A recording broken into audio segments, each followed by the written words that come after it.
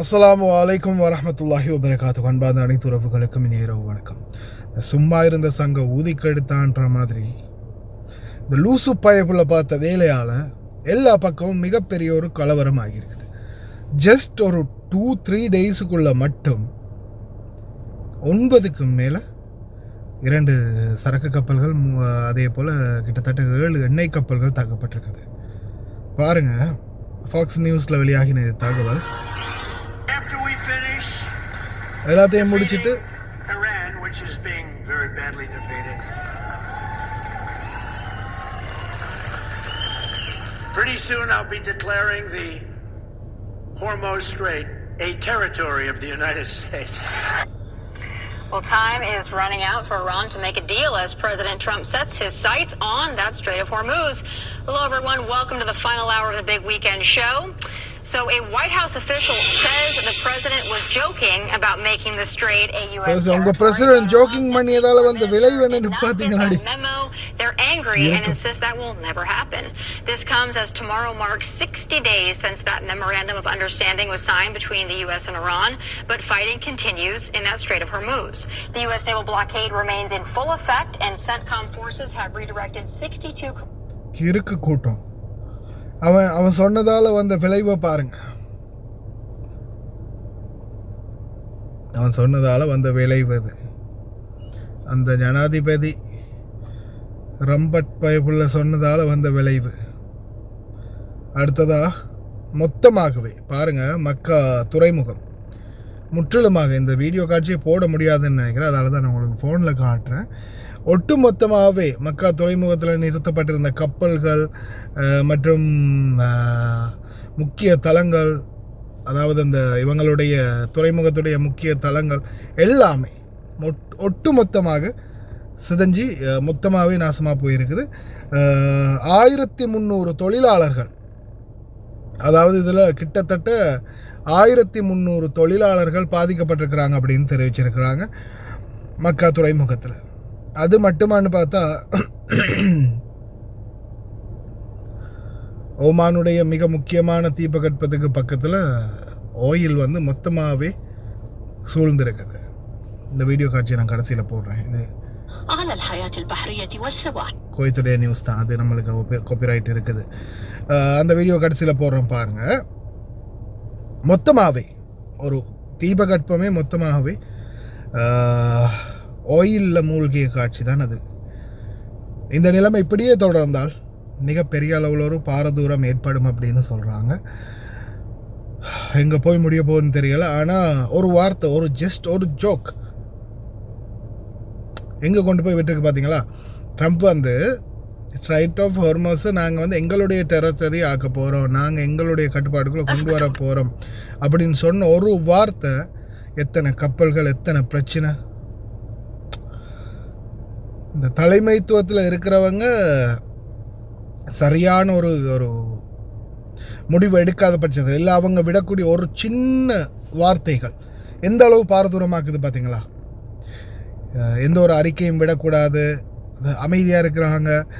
இந்த மாதிரி நம்ம சில அரசியல் தலைமைகளை நம்ம சில நேரங்களில் விமர்சிச்சிருக்கிறோம்.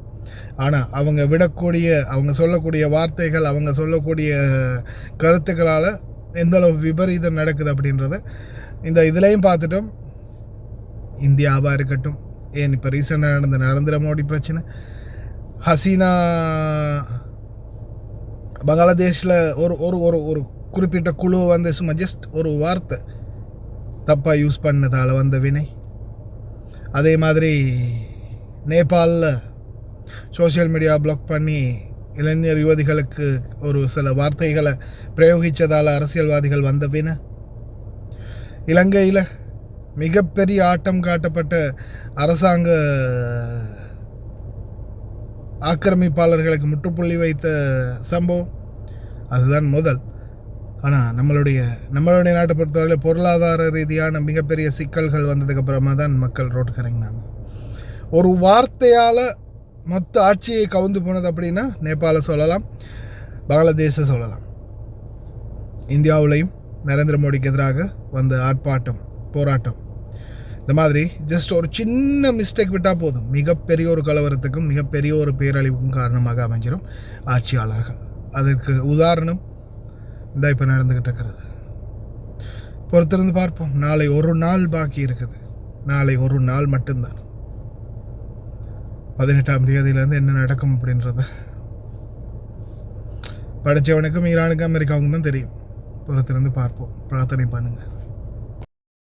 أزمة بيئية متصاعدة مع ظهور بقعة نفطية ضخمة في ساحل الخليج العربي وبحر العرب، في حادث يثير مخاوف من أضرار واسعة على الحياة البحرية والسواحل.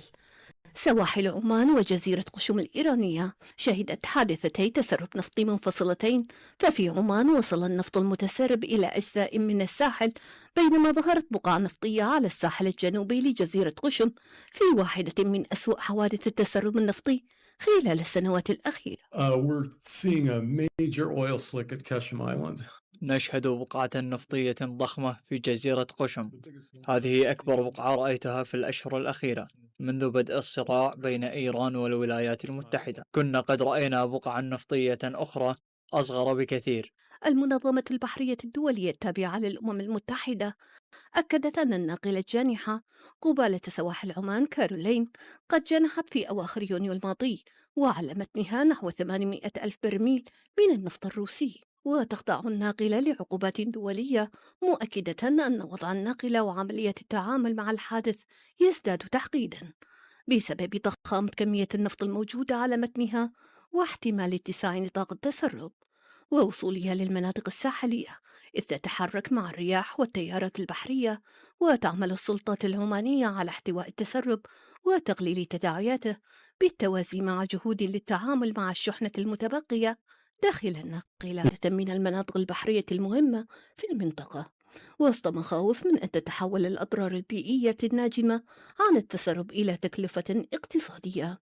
التسرب النفطي يأتي في وقت تشهد فيه الممرات البحرية المحيطة في شبه الجزيرة العربية اضطرابا واسعا، بالتزامن مع استمرار القيود على حركة السفن عبر مضيق هرمز، في ظل تداعيات التوترات العسكرية مع المخاطر البيئية واللوجستية، بينما يزيد أي حادث بحري كبير من تفاقم الضغوط على خطوط الإمداد والممرات المائية الاستراتيجية في المنطقة.